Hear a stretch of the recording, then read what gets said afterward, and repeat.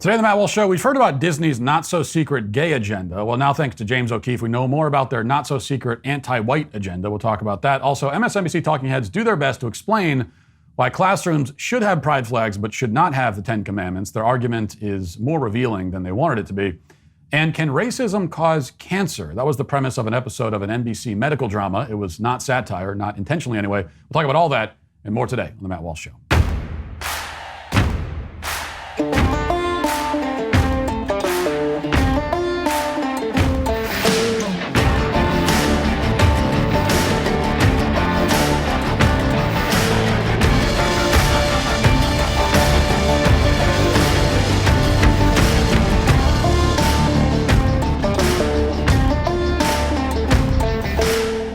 Saudi Arabia recently ended its 50-year petrodollar deal with the U.S., which has the potential to weaken the U.S. dollar. Since 1974, Saudi Arabia has sold oil solely in U.S. dollars, which was huge for our global economic dominance.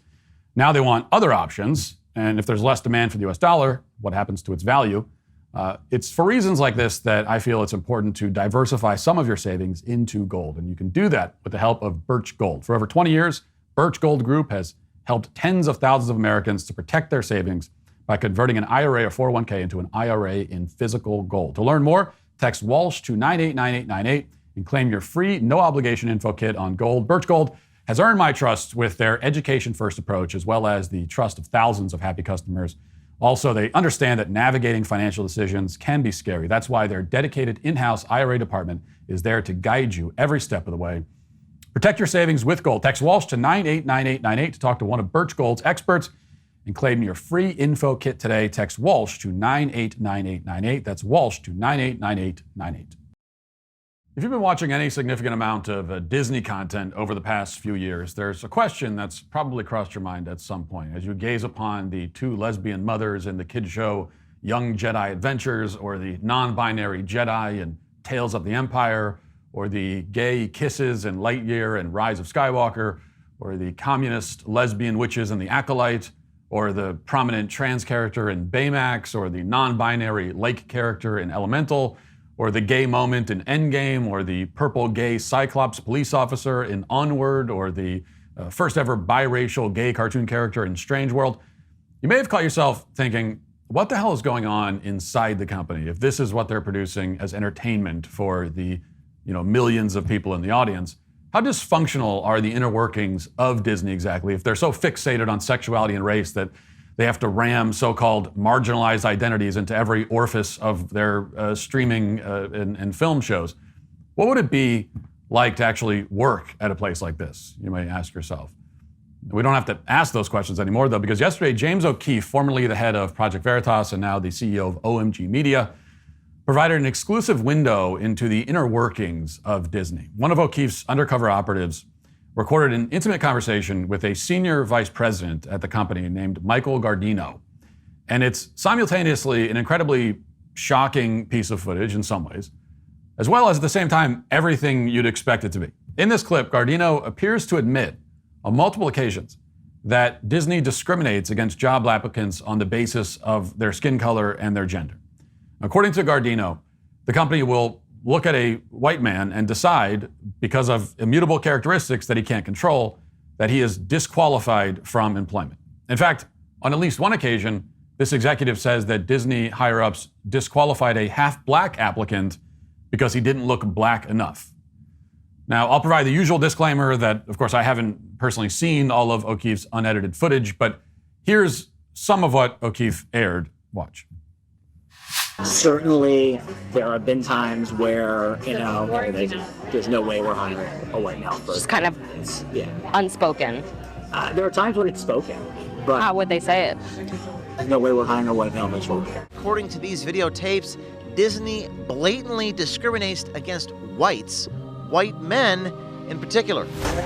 I think I'm sort of well prepared for it. I'm well positioned for it.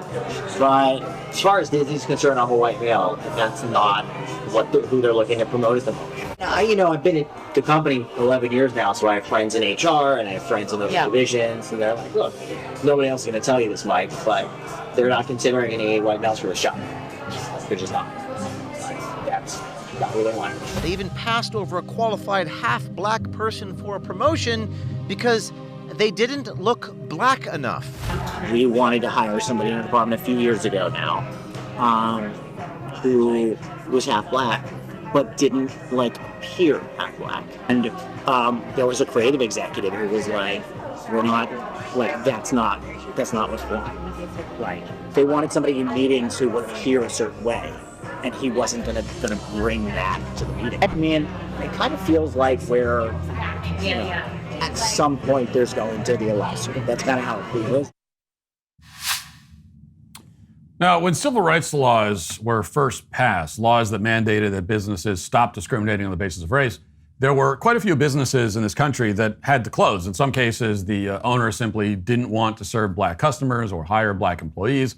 In other cases, the business did attempt to integrate, but their clientele wouldn't stand for it. They wanted to see certain races excluded from the whole operation, and when that was no longer allowed, they stopped patronizing the business anyway. And after watching this footage, for the first time, it's not hard to see how a major entertainment juggernaut like Disney could someday meet the same fate as all those businesses that crumbled in the aftermath of the civil rights movement. If what this executive is saying is true, then there's a very strong case to be made that Disney is flagrantly and systematically violating civil rights law. In the most flagrant way possible, actually. In this country, in pretty much every case, businesses are not allowed to deny employment on the basis of race or gender. Race or gender can't even be one of the reasons why an employee is promoted or rejected or hired or fired. You're not allowed to consider it at all. That's the way the law is supposedly set up.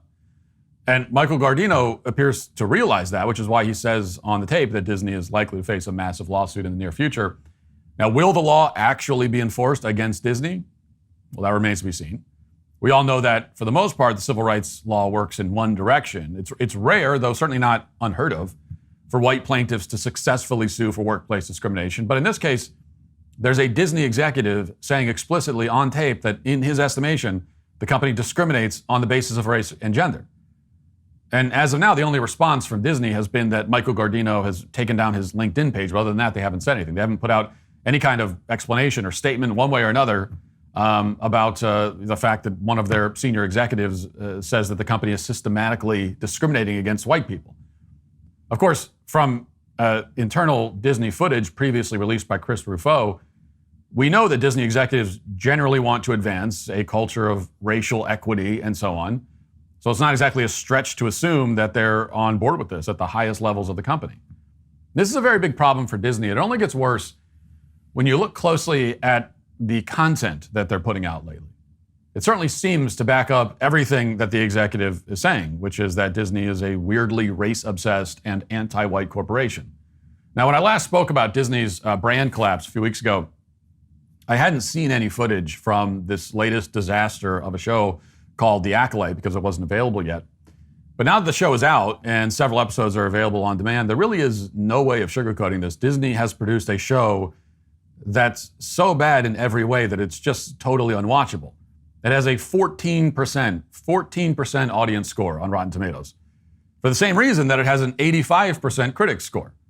This show is propaganda that's written for activists, people who care only about representation and feeling seen and all of that, not people who actually want just good entertainment.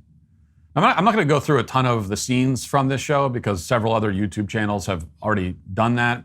The Critical Drinker on YouTube is maybe the single most effective critic of the plotting and characterization of this garbage show, in case you're interested in that. Instead, I'll show you just a few clips of some of the worst scenes, the ones that highlight the extent to which identity politics now consumes this company, Disney. The scenes include a shackled white Jedi killing himself because of his guilt, a reference to another character's pronouns, and a lesbian cult's chant that has all the gravitas of a high school play. Watch. Forgive me.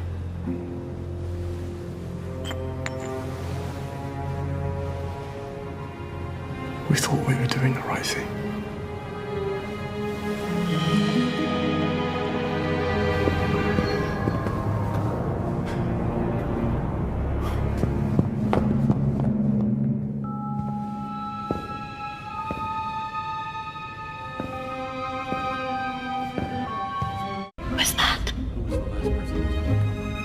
puzzle. Is he or they with us? Power of one, the power of two, the power of many. The power of one, the power of two, the power of many.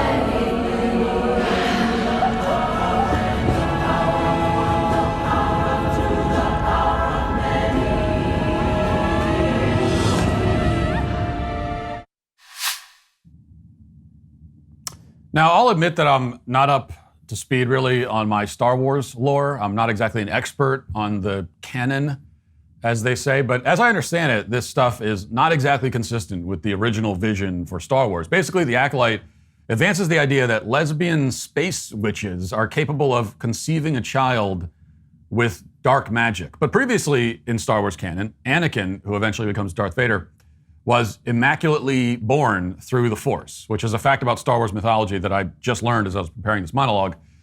It feels vaguely sacrilegious, to be honest, but anyway, that's apparently what made him special and unique, except that now the lesbian space witches are doing it just willy-nilly. Not that this will surprise anyone, but I don't personally care about this show breaking Star Wars lore. At the same time, I can understand how this whole debacle is frustrating to Star Wars fans. Disney continues to pilfer and mutilate its own intellectual property for the sake of updating it and making it progressive and feminist. Whatever made a pre-existing white male character special or interesting now needs to be undone, essentially. Even if it completely upends the established narrative that people are supposed to have become invested in over the course of like 40 years of putting out this content. That's because the people making these shows are not artists. They are activists. They view everything they do in the context of being brave resistance fighters against their white oppressors. And we don't really have to guess or speculate about that. Listen to Disney's own employees, and they'll tell you this. And I'm not just talking about the vice president of in O'Keefe's video. The lead actress in The Acolyte, Amandla Stenberg. There's an L. I don't know if the L is silent or what, but so it's Amandla. Amandla? Anyway, she's responded to the poor audience reviews of the show, as well as her unearthed viral interview with Trevor Noah about wanting to make white people cry. She's responded to that with some kind of bizarre song, doubling down on her hatred of white people and of men. So she posted this music video on Instagram to celebrate Juneteenth and to respond to all of the haters. Watch.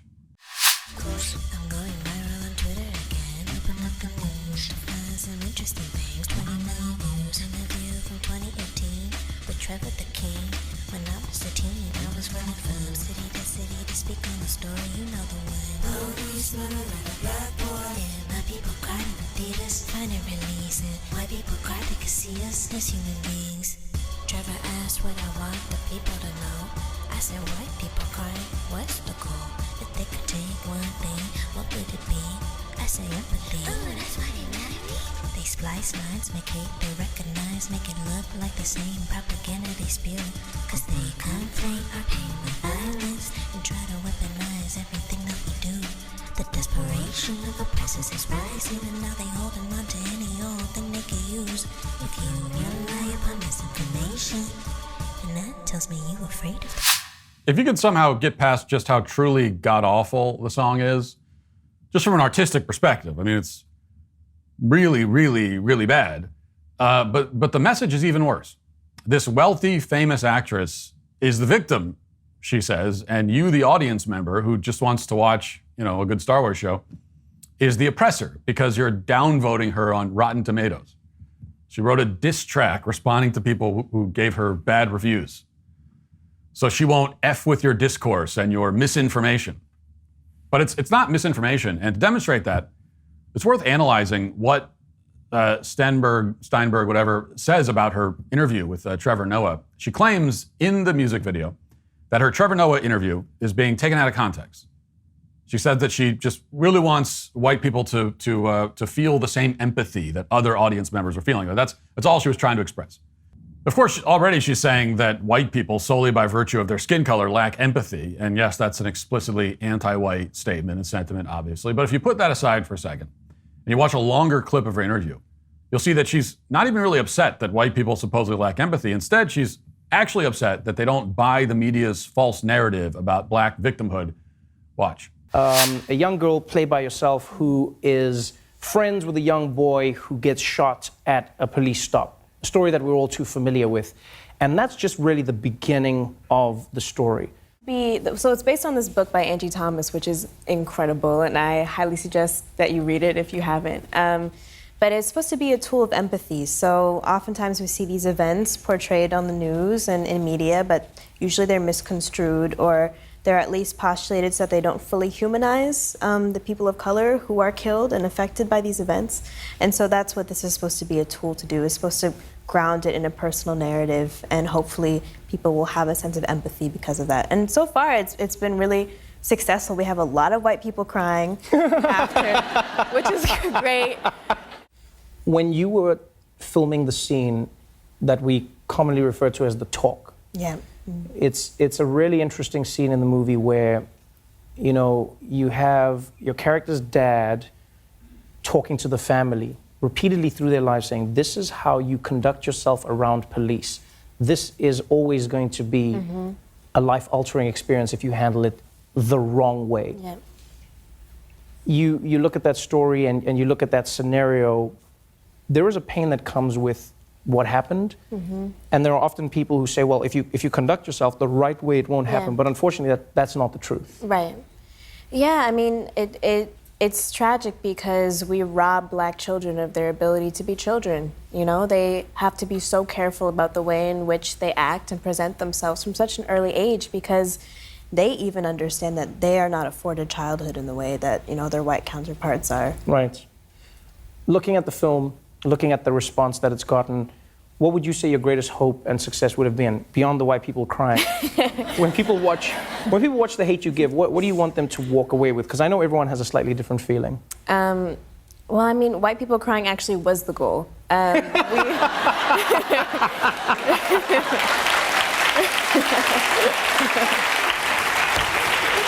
was the goal.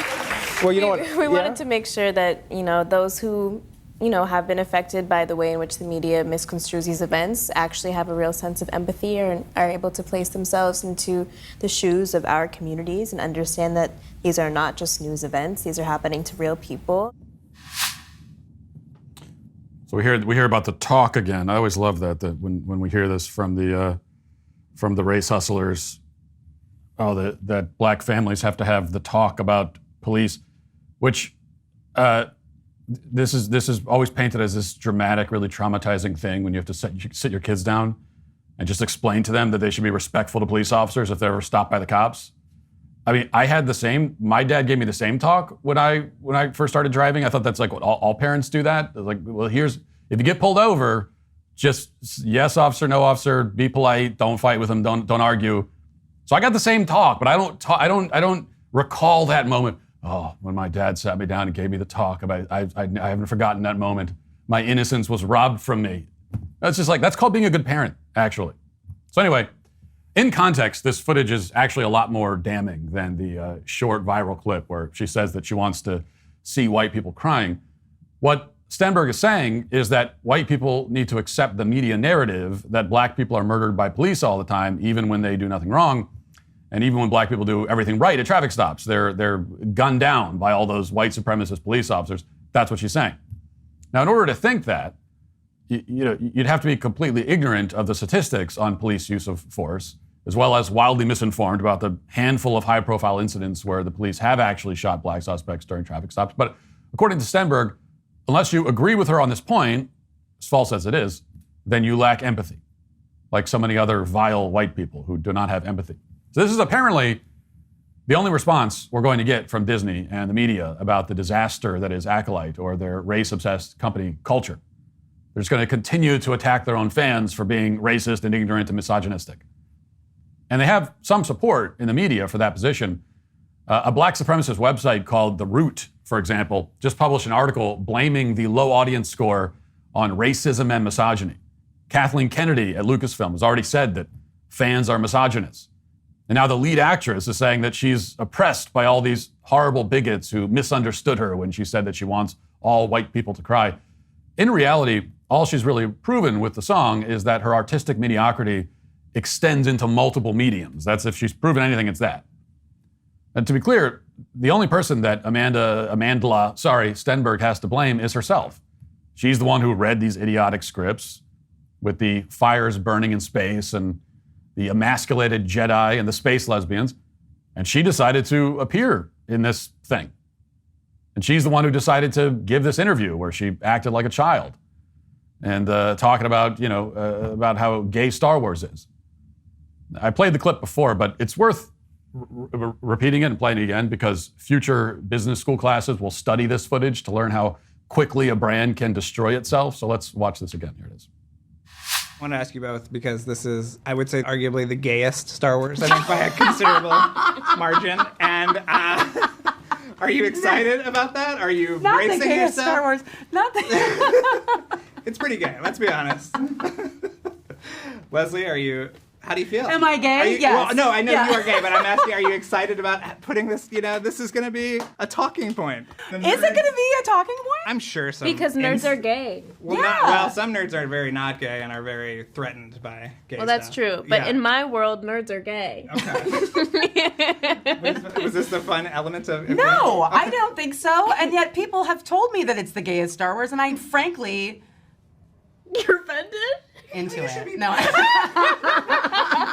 I think that Star Wars is so gay already. Okay. I mean, have you seen the fits? We'd be like, look how gay this is, and then send each other a reference photo. And are you telling me, with a straight face, that C-3PO is straight? They're a couple. That's what I think. But So there you go. It's the worst possible content they could be making, and then they're marketing it in the worst possible way. It's like designed to alienate and annoy most of the audience. The lesbian showrunner in that clip, Leslie Headland, is responsible for hiring all the incompetent writers on The Acolyte who don't remotely understand Star Wars or even pretend to. Like, they understand Star Wars even less than I do. That's how ignorant these people are, and they're writing Star Wars shows. She's the one who insisted on the diversity casting and who hid behind her boss's disgraceful attacks on her show's fan base. She also happens to be a left-wing activist and former Harvey Weinstein protege. And alongside Amandla Stenberg, she decided to make a show that leans into all the things that the audience hates about every Star Wars show or film since the prequel trilogy. Now, with the latest video from James O'Keefe, there's some consolation at least. Now we have a better idea of how an artistic catastrophe like this may have occurred in the first place. And if there's any truth to the claims in that undercover video, there's also some very good news for Star Wars fans, which is that Disney could soon face very real consequences for what they've done. With Independence Day right around the corner, what better way to celebrate America's birthday than with 100% American meat? GoodRanchers.com is the #1 place to get 100% American meat for this uniquely American holiday. Celebrate the sweet taste of freedom with savory meats conveniently delivered right to your door, all born, raised, and made right here in the USA. Whether you're hosting a backyard barbecue, a poolside party, or a beach bonfire, Good Ranchers has you covered. Right now, you can save on Good Ranchers meat like never before. Subscribe to any Good Ranchers box now and get $100 off plus free smoked brats for a year. My listeners can get this special offer by heading to goodranchers.com and using my code Walsh. This is more than a great deal. It's a chance to celebrate America by supporting American family farms and enjoying the highest quality American meat. All you got to do to claim this offer is go to goodranchers.com and subscribe to any of their custom boxes filled with 100% American beef, chicken, pork, or wild-caught seafood. Use my code Walsh at checkout to claim your $100 off and free smoked brats for a year. That's goodranchers.com with promo code Walsh. Goodranchers.com. American meat delivered. Now let's get to our 5 headlines.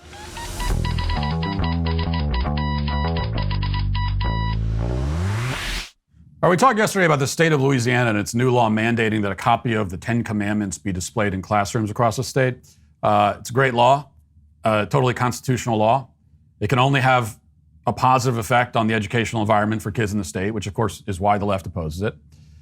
Yesterday, the women of The View voiced their displeasure. Whoopi Goldberg in particular was very upset.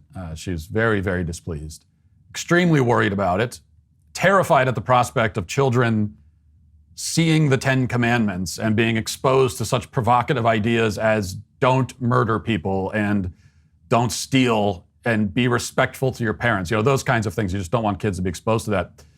The kinds of ideas that pollute young minds, corrupt the youth with things like that. We have to shield them from these influences. That's basically Whoopi's perspective. Let's listen to this.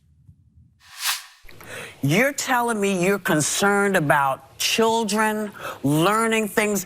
One of the things that you don't seem to understand is I have the same respect for my child that I have for yours. I'm not asking you to believe what I believe. I'm not asking your kid to believe what I believe. Public school is public school. Yeah. It means everybody can go to public school. I don't understand why, if you want your child to have a religious education, send them to a religious school. Yeah. There's nothing stopping you. Get out of my pocket, get out of my body, and get out of my school. Okay, so she says, get out of my pocket, get out of my body, get out of my school. An interesting slogan, because here's the thing, Whoopi. First of all, conservatives are not the ones who want to be in your pocket. The people raiding your pocket and your bank account are on your side of the aisle, generally speaking. As for being in your body, nobody wants that. There is no one angling to get inside your body. It's in fact, we're so opposed to it. I can't even say it. It's like it's quite disturbing and disgusting. So you're safe on that end. Like you're totally fine. You're safe. Get out of your school. What does that mean? Get what out of your school exactly? Christians? Do you want Christians out of your school? Or do you want all mentions of anything religious out of your school? The problem for you is that religion, faith, the Christian faith in particular, serves as the foundation of all Western civilization, whether you like it or not. And I know you don't like it, but it's still the truth. Which means that a child in our civilization cannot have a complete education, or even an incomplete one, that ignores the foundation of the civilization that he's a part of. Art, literature, philosophy, history. To remove religion from these subjects is to remove the subjects.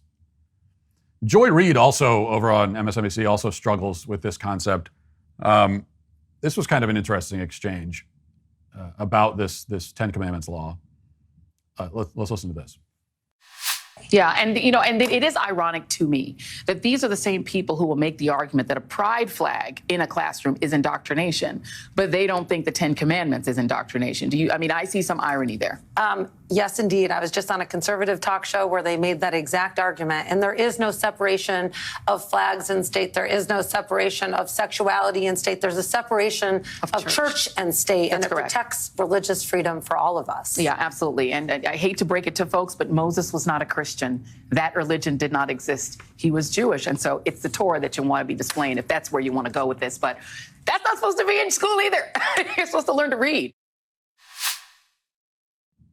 I just love when these smarmy, godless heathens do that. She gives us the fact check at the end, debunking a claim that literally nobody has ever made. Moses wasn't a Christian. Hate to break it to you, you dumb Christians. Oh, really? Oh, really, Joy? I had no idea. I thought Moses was an evangelical Republican from Ohio. That's what I thought. So it's news to me. Thank you, Joy, for that stunning piece of information. And of course, what's really going on here is that Joy Reid herself just learned who Moses was and where he lived on the timeline. She just learned that. The Ten Commandments are in the news, and she wants to cover it in her show that nobody watches, and she wants to be upset about it. So she probably went on Wikipedia and did like 30 seconds of research. She learned that Moses lived more than 1,000 years before Christ, and she was shocked. She couldn't wait to drop that bombshell on everybody watching her, which is why she shoehorns that in, regardless of how irrelevant that fact is to the conversation that she's having. As for the rest of that exchange, it's pretty revealing, because we're told, you heard what the other woman, I don't know who that is, doesn't matter.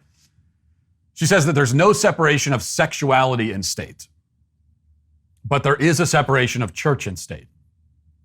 Which by the way, it's very different from what these people were saying up until 5 minutes ago. Haven't we been? In fact, it's different from what Whoopi Goldberg just said. haven't they been telling us forever that the state has no business, being involved in anyone's sex life? Get out of my body, get out of my bedroom, right? And now we've got Joy Reid and this other woman on MSNBC saying, well, there's no separation of sexuality and state.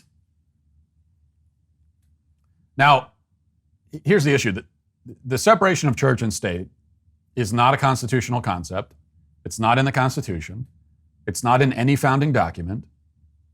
The phrase does not appear anywhere except a letter that Thomas Jefferson wrote to a church. And I know that this is, I'm not trying to pull my own Joy Reid here and telling you guys something that you already know. I think that most relatively literate people know this, but that does not include the leftists that are upset about this law in Louisiana. That separation of church and state is not in the Constitution.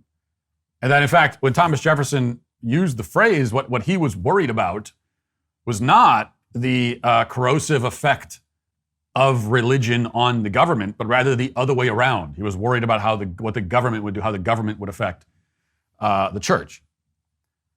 And if you define church as just anything religious, then obviously you cannot separate church and state. You cannot separate the state from all religious concepts. And the reason you can't do that is because our country is founded on a religious concept.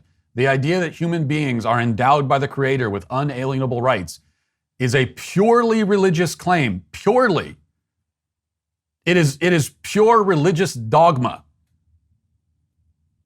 And yet everybody would agree, I think everybody would agree, at least, that the idea that human rights lay at the foundation of our country. But where does that come from? It's not scientific. It's not a conclusion that you arrive at through an objective examination of the physical world. Now, I think you can arrive through an objective examination of the physical world at the conclusion that there is a God. So you can arrive at that conclusion through looking at the physical world. But the bit about us being endowed with rights, you don't see that anywhere, and you can't find that in a microscope. You can't find any evidence of it. It's pure dogma, and I don't say that in a bad way. Obviously, I don't use dogma pejoratively. I mean, there's a lot of bad dogma and good dogma, but my point is that at the very foundation of our country, of our system, of our way of life, is a religious claim. There is no way around it. So you cannot separate church and state in that sense. What about separating sexuality and state? Now, it's true that there's nothing in our founding documents prescribing a separation of sexuality and state. That's true. It's not said anywhere in the Constitution or anywhere else that the government should not endorse and promote homosexuality, gender fluidity, and so on. That's not outlined in any. I'll admit that it's not in the Constitution. That is, the government is not forbidden from doing that in any of our founding documents. Well, why isn't that not outlined? Well, because our founders could not even conceive of a future where anything like that would happen. Right? The concept of gender fluidity and transgenderism just didn't exist at all at that time. Most of the identities and sexualities in the LGBT alphabet soup didn't exist at the time. Homosexuality obviously did exist, but the idea that the government would ever use a state-run school system as a vehicle for promoting it and celebrating it, I mean, that was just not on the radar of the men who founded this country. I think we all know that if you go back in a time machine and ask them, right, how they would feel about that, I think we know what their view would be. But that means that we're left to use our own judgment, God forbid. We have to analyze this on its merits. And like we talked about yesterday, what exactly are the merits of having pride flags in the school?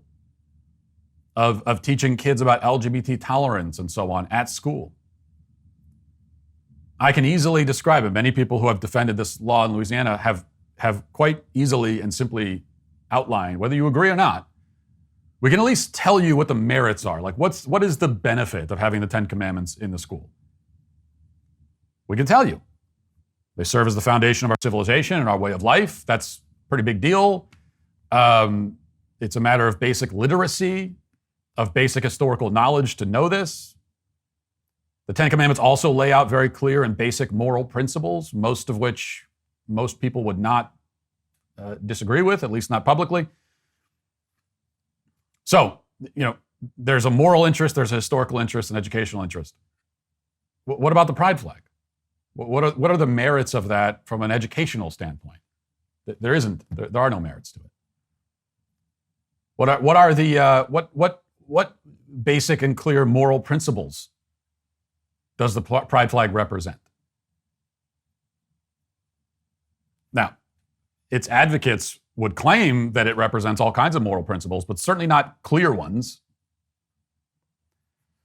So that's why the two things are very, very different. All right. Just want to mention this quickly. A staffer for a Democratic congresswoman crowed on social media on Thursday about getting his student loans forgiven by the Biden administration, saying elections matter. But it turns out his boss previously opposed canceling student loans. Representative Marcy Kaptor's communications director, Ben Kamens, posted a photo of the letter informing him that his student debt had been forgiven. Kamens wrote, quote, "Just got a call to let me know my student debt has been canceled. This is why elections matter. Thanks, Joe Biden." The letter showed a total of $8,250 in student loans from 2010 were forgiven, Kamens. And then, yes, it turns out that his boss opposed student loan forgiveness in the past. Like that to me isn't even the interesting part of this. I don't even care that much about that. I think there are other points to be made. One of them is you're thanking the wrong person, because Joe Biden did not forgive your student loans. Now, if Biden himself reached into his own pocket and then gave you the money and said, "Here, you can use this to pay off your student loan," well, then yeah, you should thank him.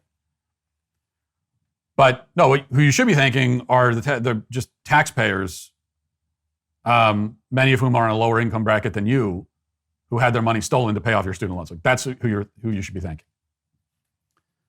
And also, I just think that now we know why, of course, Biden is doing this before the election. And if you want to talk about attacks on our democracy, things that undermine our democracy, it doesn't get much worse than this. In the lead up to an election, stealing money from the taxpayers, from working families, taking food out of their children's mouths to then redistribute it to college graduates in order to pay off loans that those graduates took on willingly, and doing all of this blatantly in order to buy votes for yourself. Like, if you want to talk about undermining our democratic system, well, it's there it is right there. But at the same time, it's kind of like we talked about yesterday with the White House bringing the Queer Eye guys in and the guy in the dress and parading those guys around in the months before an election. And I think, hey, if this is the what you want to present to the public, if this is like your closing argument heading into the election, then great, go ahead. And I'd say the same thing about this, because it's not even, this was the communications director for a politician. This is somebody who works in DC, bragging about having their student loans paid off. Right? It's not even like a construction worker or somebody like that. It's not some blue collar middle class person. It's people in the political class who are bragging about having their student loans paid off, which really demonstrates, as I've said all along, that student loan forgiveness, quote unquote, is a welfare system for the upper class. That's exactly what it is. And I don't think you can find that better illustrated than by someone in DC, a communications director working on Capitol Hill, waving their get out of jail free card around. Okay, I'm not sure where this started or who posted it first, but this week a clip from an NBC medical drama called New Amsterdam has gone viral, and the show apparently had its series finale last year, so it had several seasons and it's over now. This clip is from, I believe, 2020. But if you haven't checked in with network television at any point in the last 20 years, as I haven't, this just gives you a glimpse into just how woke things have gotten. It's real bad over in network television land. It's even worse than you think. So if you haven't seen this clip yet, I'm going to play it for you. And keep in mind that this is 100% real. It is 100% not supposed to be a joke. Okay, this New Amsterdam, it's the first I've heard of this show, but it's not a satire. It's a drama. And so you're supposed to take this seriously as a dramatic moment. Watch this. Make yourself comfortable. There's a couch over there. Is he okay? Yeah, he's okay. I had Cephas answer some questions from a Harvard test known as unrest. It is designed to measure someone's level of social resistance. Social resistance. When people like us oppose the values and policies of the dominant culture. That's right. What does that have to do Your son, he feels threatened on a daily basis. Like everything he's earned can just be taken away. He's disenfranchised. But because his life is seemingly free from all this, because he can't name it, he's internalizing it. Name what? Racism. I think your son's tumor was caused by racism.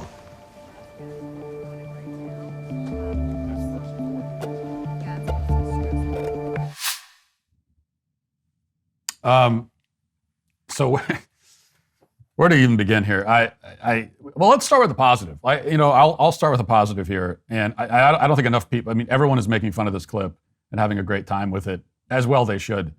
I don't think there are enough people giving credit where it's due to the actor in this scene, because that was, you could make a very good argument that it was the worst dialogue ever put to film. Whoever wrote that script for that episode turned in arguably the worst script of all time. It's at least in the conversation. You can make a good argument for it. And yet the actor delivered it about as well as you could possibly hope. So it's just, how do you deliver a line like that? Can you imagine you're an actor, you're on a serious drama show, and I know that the actor's obviously probably woke also, but still, you're on a serious drama show, you're playing a doctor, it's a scene where you have to talk to a child's mother about the child's cancer, and the script requires you to say the line, I think your son's tumor was caused by racism. How do you say that with a straight face without laughing? And the other thing is that you're in you're at NBC and you can't even, obviously you can't laugh, and that's going to ruin the take, but also no one around you on set can see you laughing at that, even though everybody else knows how funny it is. If you even laugh at it in a bad take that they cut, you still might get fired for laughing about racism. And so this is like the pressure's on. There's a gun to your head on this thing, and you have to deliver that line. This is the challenge. They're saying, here, we're going to give you the worst line of dialogue of all time.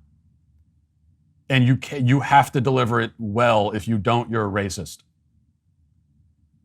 And I don't know, he did pretty well, all things considered. He did better than I could do.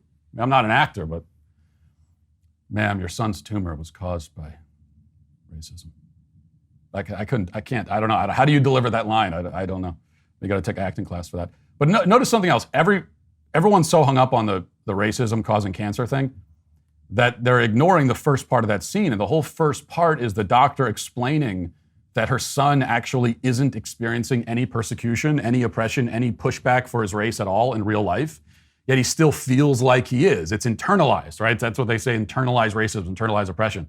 And that's the point of the scene, obviously. So the woke lefty writers who came up with this scene, the whole point was just that. They wanted to get this speech about internalized racism into the show.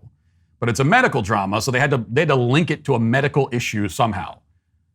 Which again, that's a tough challenge too. I don't know. How do you so they want to give a speech about internalized racism. There's a medical show. How do you create a scenario where internalized racism is a medical problem? And this is the best they could come up with.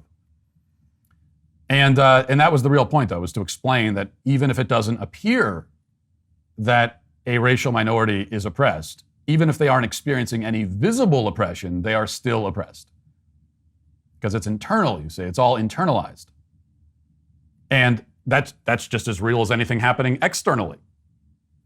What does that mean? It means that you may not think that you're oppressing a racial minority. You may not think that you're guilty of oppressing them, but if they feel like you're oppressing them, then you are. And also you're giving them cancer. So that's what we learned from that. No medical misinformation there at all, of course. Well, if you haven't heard, Jeremy Boring announced an exciting partnership with Angel Studios and Daily Wire Plus to bring you a brand new film called Sound of Hope, the story of Possum Trot. It's coming to theaters this July 4th. Last year, Angel Studios' movie Sound of Freedom made a profound impact by shining a powerful light on child trafficking crisis. Well, now Angel Studios is back, continuing their fight for kids, and Daily Wire is joining them in the fight. Sound of Hope is the true story of 22 families from a rural church who adopted 77 kids from the foster system, sparking a movement to save vulnerable children everywhere. We have a trailer for you guys so you can get a feel for what this movie is all about. Take a look. Are you sure these people want us? I know they do. You can call me Mama. It's hard to feel like I'm the only one who sees these things. 70% of the kids in the system are there because of neglect. The other 30% are put through hell. We need your help. Can you imagine our kids on their own? We can't just look away. The state ain't no family. Are you sure these people want us? I know they do. You can call me Mama. Oh, Lord.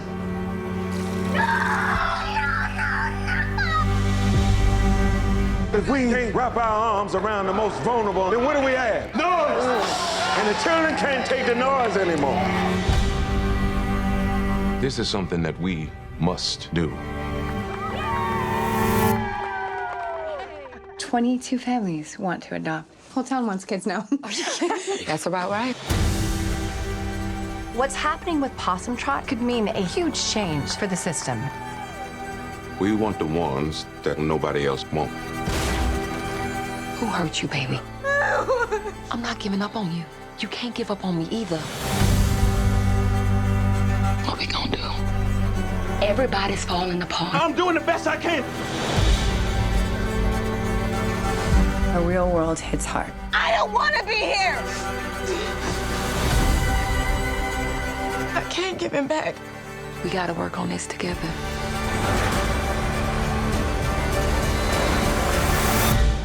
We your people now.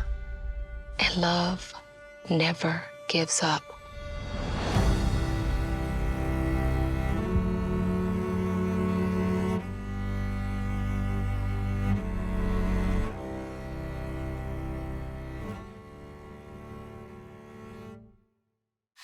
Well, I watched this film myself. I have to say that it's incredibly moving, and it places strong family values at its core. It's more than just a movie. It's a call to action.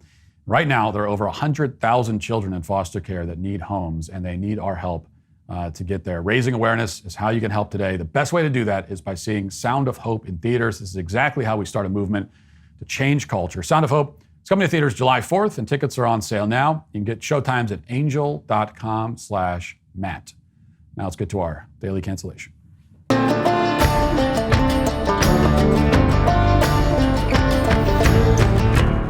Yeah, there are only two big corporations in the market for commercial airliner manufacturing. One of them is the Boeing company. The other is Airbus. And together they have a duopoly in the industry. If you had to look back at the past decade or so and decide which company has done better, Boeing or Airbus, it wouldn't be a particularly difficult call. Boeing has had multiple planes full of passengers fall out of the sky, apparently because their automated safety features didn't work very well.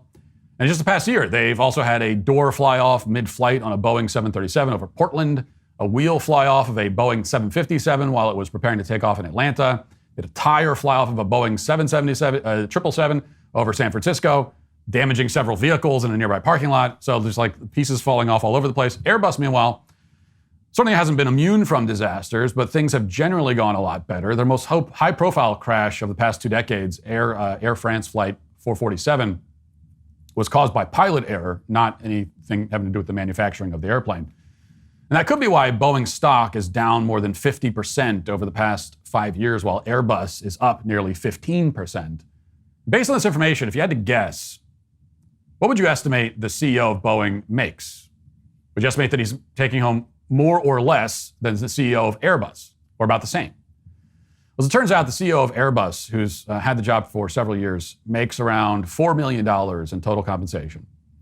But in the past few years, Boeing has had two CEOs. One of them was ousted after the Boeing MAX aircraft started crashing. He took home more than $60 million for his golden parachute. His replacement, Dave Calhoun, has announced that he's leaving the company at the end of the year after he failed to right the ship. And in testimony before the Senate this week, Calhoun revealed his salary. We played some of this on the show yesterday, but here it is again in case you missed it. Watch this. Thank you, Mr. Chairman. Mr. Calhoun, what is it that you get paid currently? Senator, that's well disclosed in our proxy documents in each of the years that I've been employed. Yeah, but what is it? It's a big number, sir. Well, let me help you out. It's $32.8 million this year. Does that sound right? Yes, it does. That's a 45% increase over last year. Does that sound right? Yes, it does. What is it you get paid to do exactly? I get paid to run the Boeing company. You know, have you seen the reports that the subcontractor that you use to make that door piece that fell out of the sky, that when the FAA went and toured the facility, they found one door seal being lubricated with Dawn liquid dish soap and cleaned with a wet cheesecloth, and another was being checked with a hotel room key card. Does that sound like safety to you? Senator, I think our relationship with that particular supplier has been well documented, reviewed by the FAA, and most certainly us, and I'm very intent. Really? Because we've had whistleblowers. You said you'd listen to whistleblower testimony. We've had multiple whistleblowers come before this committee and allege that Boeing is cutting every possible corner on quality and safety, not just in the past, but now.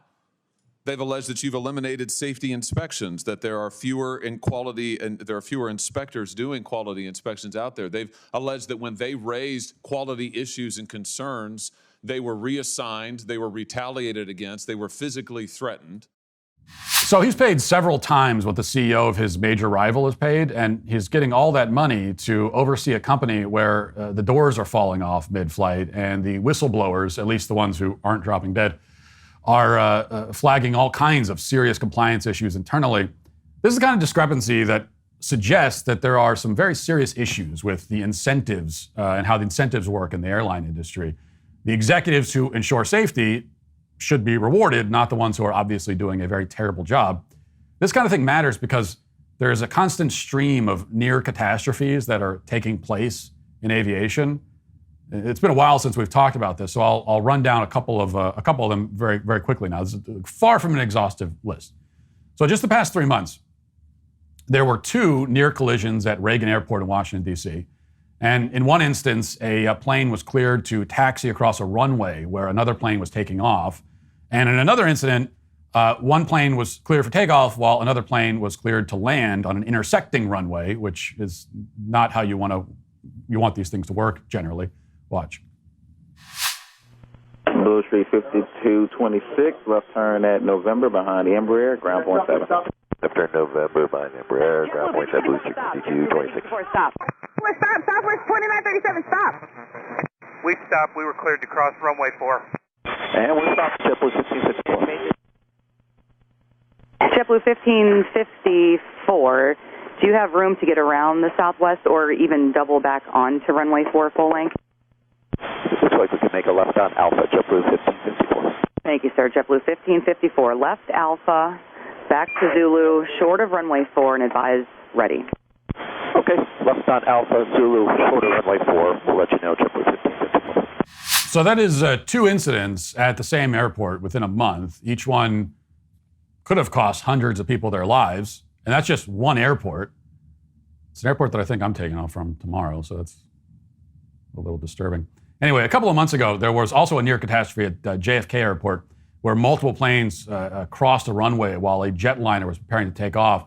Fortunately, the pilot saw what was happening and aborted the takeoff, but if it had been a foggy day, there could have been a disaster there. So we've come very, very close a number of times.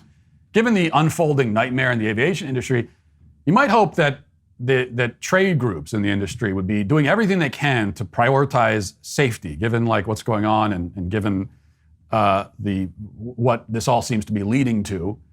You think they call for additional training for both pilots and air traffic controllers, for example? Or maybe they demand an end to DEI hiring. Or maybe they'd insist that CEOs stop making $30 million to run airlines where the doors are falling off mid-flight. But none of that appears to be happening. Instead, the Airline Pilots Association, the largest pilots union in the world, just instructed its members that it's vitally important that they stop using gendered language. So this is what they're focused on. And in particular, it's very important that they stop making jokes about the word cockpit. This is the most pressing issue that they have identified at the moment, and now the pilots union is laser focused on solving it. Hopefully you feel safer already. The Daily Wire reports, quote, the Airline Pilots Association International, the largest airline pilots union in the world, published a diversity, equity, and inclusion language guide to its members in 2021, instructing them to refrain from using words such as cockpit, airmen, and manpower in order to reflect the diversity we have at ALPA and to create a more inclusive workplace. According to Breitbart, this inclusion guide states, quote, while the word cockpit dates back to the 1900s, it has been and may be used in a derogatory way to exclude women in the piloting profession. Many women have heard a variation of, it's called a cockpit for a reason, by a male pilot, suggesting that women do not belong in the piloting profession. The guide also warns against using terms like mother and father, which of course are very offensive because those words, quote, may inadvertently ignore different family structures, such as caregivers, same-sex parents, step-parents, families with adopted members, and more.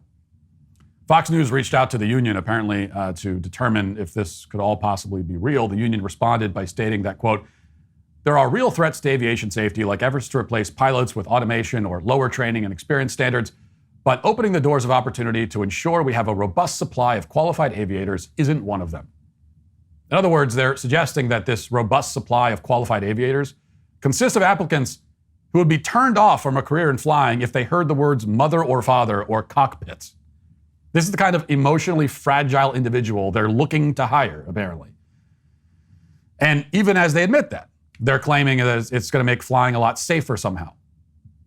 You know, those airlines wouldn't have been on a collision course at Reagan Airport if only the pilot had never heard the word cockpit. Maybe the pilots were distraught about having had just heard that term, and that's what led them to be so distracted. This has been the dominant mode of thought in aviation for several years now. In 2021, the CEO of United Airlines, Scott Kirby, gave his song and dance about the importance of hiring people who aren't white men. Scott Kirby, of course, appeared immune to the irony of the fact that he is a white man, and yet he still has not stepped aside as the CEO of United. Watch this clip and listen carefully to it. How is diversity and diversity targets working into the Aviate Academy? We have committed that 50% of the class of the classes will be women or people of color. Today, only 19% of our pilots at United Airlines are women or people of color. And by the way, from all the data I've seen, that's the highest of any airline in the country. White males don't just dominate in the cockpits, also in the C-suite at United Airlines. Well, look, at United, I'm proud of the diversity that we actually have in our C-suite. I think if you look around corporate America. So did you catch that? The interviewer said the word cockpit there. It was clear as day. He said white males dominate in the cockpits. And yet Scott Kirby said nothing about it. He didn't correct the interviewer on his harmful language, which no doubt probably discouraged millions of highly qualified pilots from applying for jobs at United Airlines. How can the Airline Pilots Association tolerate something like that? I don't know.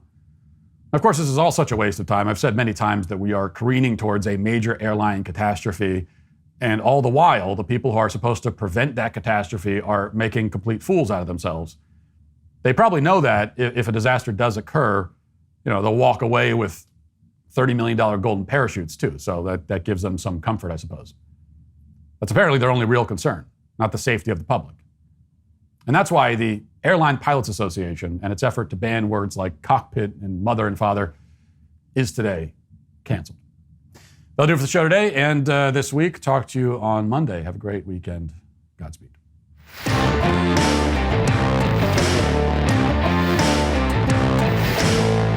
Hi, this is Andrew Klavan. If you like American flags and automatic weapons and shaking your fist at homosexuals while fighter jets fly over in formation, come to the Andrew Klavan Show. We don't have any of that. But we will be making fun of idiots and praising God and laughing our way through the fall of the Republic. It's like an insane asylum for happy people. That's the Andrew Klavan Show right here on Daily Wire Plus.